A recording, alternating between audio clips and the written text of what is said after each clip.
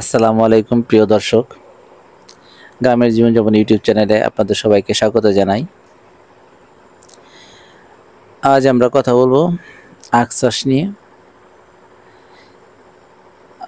আসলে আমরা এমন যে কোনো চাষাবাদের ওই ভিডিওকেই আমরা খুব আগ্রহ করে দেখি যেখানে চটকদার কথা বলা হয়। এই লাখ লাখ টাকা লাভ, এই 10 লাখ 5 লাখ 15 লাখ লাভ হইতেছে, এরকম ফসল মানে কি পরিমাণ বলা হলো আর বাস্তবতা কি সেটা নিরিখে আমরা কেউ বিবেচনা করতে চাই না। বিবেচনা না করেই মানে প্রচুর লাভের সংখ্যা দেখে কিংবা সুন্দর থাম্বনেল দেখে আমরা সেটা ক্লিক করি এবং ভিডিওতে মত্ত হয়ে ভাবি মনে হয় এরকমই লাভ করা সম্ভব। আর যাই হোক বন্ধুরা, আজ আমরা আখ চাষ নিয়ে একটু আলোচনা করব। আখ চাষ করতে গেলে আমাদের কী ধরনের জমির প্রয়োজন? সাধারণত আমাদের যে কোনো ফসল ভালো হওয়ার ক্ষেত্রে দোআঁশ মাটি সর্বোত্তম, কারণ দোআঁশ মাটিতে পলি, হিউমাস, জৈব, বালুকণা এবং মাটির অন্যান্য উপাদান একটু পরিমিতভাবে থাকে বিধায় বিভিন্ন ধরনের ফসল হওয়ার ক্ষেত্রে দোআঁশ মাটিটা সর্বোত্তম হিসেবে বিবেচনা করা হয়। দোআঁশ মাটি অনেক এলাকায় সাধারণত পলি মাটি হিসেবেও পরিচিত। আর আখ চাষ করতে হলে অবশ্যই আমাদেরকে উঁচু, যেখানে বর্ষার পানি প্রবেশ করবে ঠিক আছে, কিন্তু মানে আখ ডুবে না যায়। আখ যদি ডুবে যায়, আগের জমি যদি আখ যদি ডুবে যায় বেশি পরিমাণ, তাহলে তো সেটা তো ফসল নষ্ট হয়ে যাবে। যদিও বর্তমানে বর্ষার প্রকোপ খুবই কম, স্বাভাবিক বর্ষা নেই বললেই চলে। আমাদের বাংলাদেশ এখন বর্ষা ঋতুটা ধীরে ধীরে লুপ্ত হয়ে যাচ্ছে। একটু বৃষ্টিপাত হলে মোটামুটি জমিতে একটু পানি জমে আবার হারিয়ে যায়। যাই হোক, আখ চাষ করার জন্য সাধারণত আপনাকে, যদি আপনি আখ চাষে আগ্রহী হন, তাহলে সেই বিষয়ে আপনার আশেপাশে যদি কোনো আখ চাষি থাকে কিংবা ভালো করে তথ্য নিয়ে আপনাকে সিদ্ধান্ত নিতে হবে আপনি আখ চাষ করবেন কিনা। আমরা সাধারণত শুনি এই 1 বিঘায় 6 লাখ লাভ, 10 লাখ লাভ। আসলে কি এরকম? বিষয়টা এরকম না। যদি এটা লাভজনক ফসল, আর আরেকটি বিষয় হচ্ছে যে আপনি কতটুকু জমি করতে পারবেন। একটু জমি করতে গেলে যে পরিমাণ লেবারের প্রয়োজন, এখানে সাধারণত বাইরের লেবার, মানে যেটা জমিকে আপনি ভাড়া করবেন, সেক্ষেত্রে একটু কঠিনই। এই কাজটা বেশ কষ্টসাধ্য, যার দরুন অনেক কিষানরা আপনাকে এক্ষেত্রে সহযোগিতা করতে ইচ্ছুক হবে না। ফলে যদি কেউ না বোঝে না জেনে শুধু লাভ দেখে আপনি আখ চাষ করেন, তাহলে সত্যিই আপনি বুঝতে পারবেন যে আপনি একটা বিরাট ভুল করেছেন। আর যদি আপনি এরকম সামর্থ্য থাকে যে আপনি একাই অনেক কাজ করতে পারেন, একা তো আর 10 জনের কাজ করা সম্ভব নয় যে আপনি ইচ্ছা করলেই করতে পারবেন। তবুও যদি যতটুকু নিজে পারা সম্ভব সেটুকু বাস্তব ভিত্তিকভাবে আপনার সিদ্ধান্ত নিয়ে আপনি করতেই পারেন, তাতে কোনো সমস্যা নেই। যাই হোক, আমরা আখ চাষের বিষয় নিয়ে আলোচনা করেছিলাম, কিন্তু আখ চাষের প্রাসঙ্গিক বিষয় নিয়ে আলোচনা করি। সাধারণত নভেম্বর থেকে ডিসেম্বর মাসে আখ চাষ, এই আখের কন্দ বা চারা যেটাই বলেন, এটা রোপণ করতে হয়। এটা একটি ঝাড় থেকে আরেক ঝাড়ের দূরত্ব সাধারণত 2 ফিট দিয়ে থাকে, কারণ একটি ঝাড়ে প্রায় 20 থেকে 30টি চারা গজাতে পারে, মানে ছোপে। এভাবে আপনি 1 বিঘা জায়গায় কমপক্ষে 80 থেকে 1 লাখ আখের পিস পেতে পারেন, একটা আখের পিস পেতে পারেন। আর এক্ষেত্রে যদি কোনো ধরনের বালা মুসিবত না আসে, তাহলে খুব সহজেই আপনি আখ চাষ করে মোটামুটিভাবে একটা ভালো অ্যামাউন্টের লাভ করতে পারেন।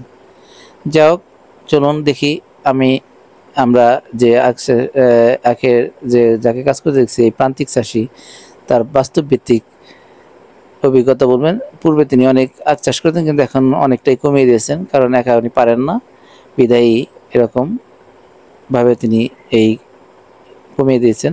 তার মুখে আমরা আলোচনাটা শুনি। চলুন। কতটুকু জায়গা করছেন কুশল ক্ষেত? এখানে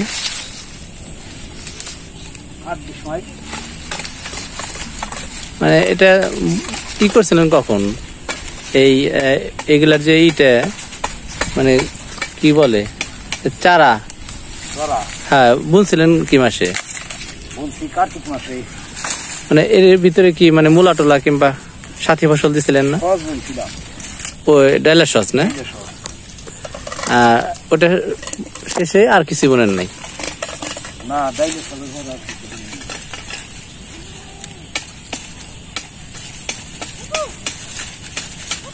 এই ফসল আসতে তাহলে কি প্রায় 1 বছরের সময় লাগে না? 1 বছরই লাগে। তো আপনার এগুলা কিরকম মোটামুটি খরচ হয়েছিল? তারপরেও একটা কাছাকাছি মানে যেহেতু আপনারা নিজেরা কাজ করেন তারপরেও তো একটা খরচ কি আছে?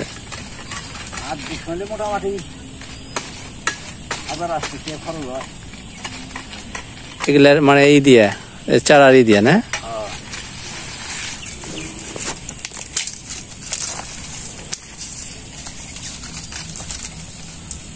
কিরকম কুশল পাওয়া যেতে পারে? মানে কয় হাজার পিস হইতে পারে?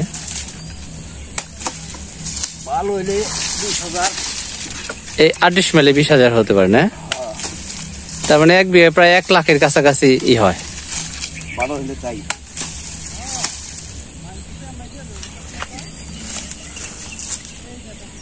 এগুলা কি এই খুচরা এই বাজারে বিক্রি করে ফেলবে, স্থানীয় বাজারে?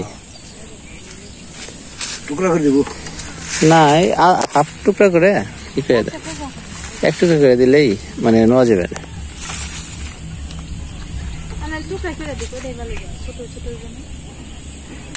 না, হাফ দিলে নেবে না, পরে করে নেওয়া যাবে।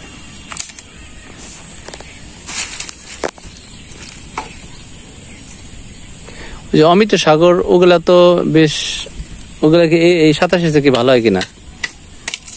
বলে ভালো লাগবো বলে আশ্বিন মাসে, মানে এখন পাঞ্চা লাগবো, এখন পাঞ্চা লাগবো, মানে আর 2 মাস লাগবে, এরপরে মোটামুটি মিষ্টি হবো। তার মধ্যে আমি কয়েকটা কাটছি, ওই যে 15টা কাটছি ওই জায়গা, ওই সাইড ওই যে গুড়া বান্ধ হয় নাই বাতাসের নই রে। এগুলা তো এমনি তো অন্য জায়গায় দেখা যাচ্ছে অনেক সময় গাছে রশি দেয়, এটা লাগে না? হ্যাঁ, আমরা রশি দিই না। কারণ আমাদের ওই যে গুড়া বান্ধি। ও গুড়া বাঁধলে তাহলে মানে গুড়ায় যেরকম করে মাটি দিয়ে দিলে আর ই লাগে না? না,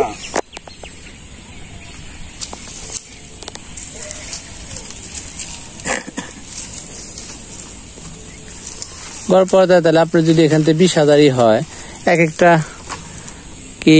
কি পরিমাণ টাকা আপনি প্রত্যাশা করতেছেন যেখান থেকে পাওয়া যেতে পারে? মনে করেন 8 মাইলে 8,000 টাকা খরচ হইল। আর নিজের শ্রমের দাম তো ধরলে না, সেটা ধরলে তো প্রায় 20,000 টাকাই মানে খরচ, 20-30,000 ধরলে পারে খুব একটা থাকবো না।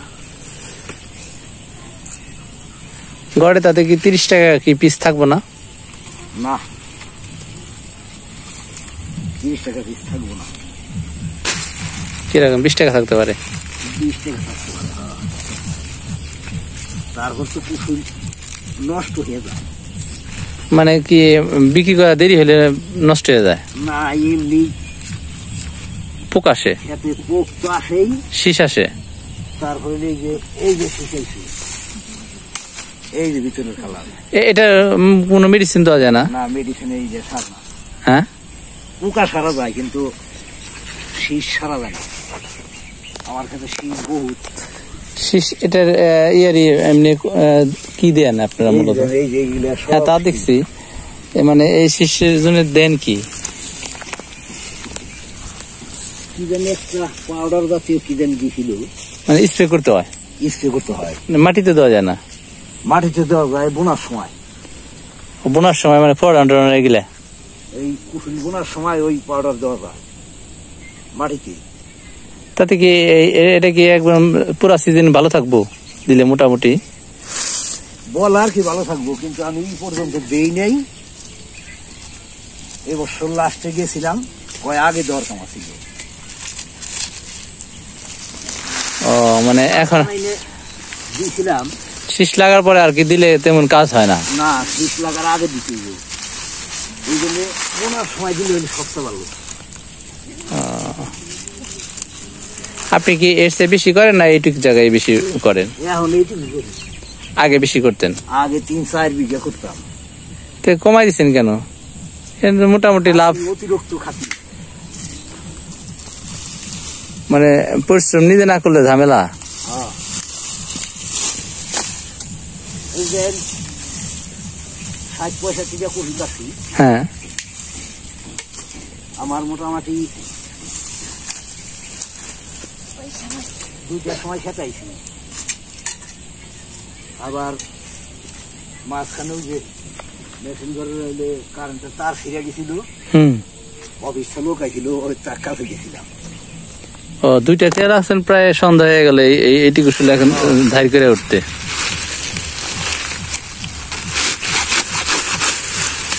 আচ্ছা, ঠিক আছে।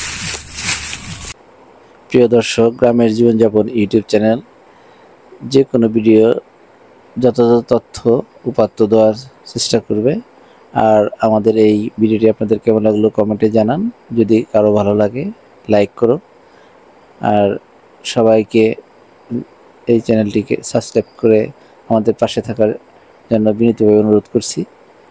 আর বিভিন্ন বিষয়, গ্রামের জীবনযাপনের বিষয় তুলে ধরার জন্য আমরা পারামতো চেষ্টা করব। এই জন্য আমাদের চ্যানেল থেকে প্রত্যেককে আবার আন্তরিক ধন্যবাদ ও অভিনন্দন জানিয়ে এখানে শেষ করছি।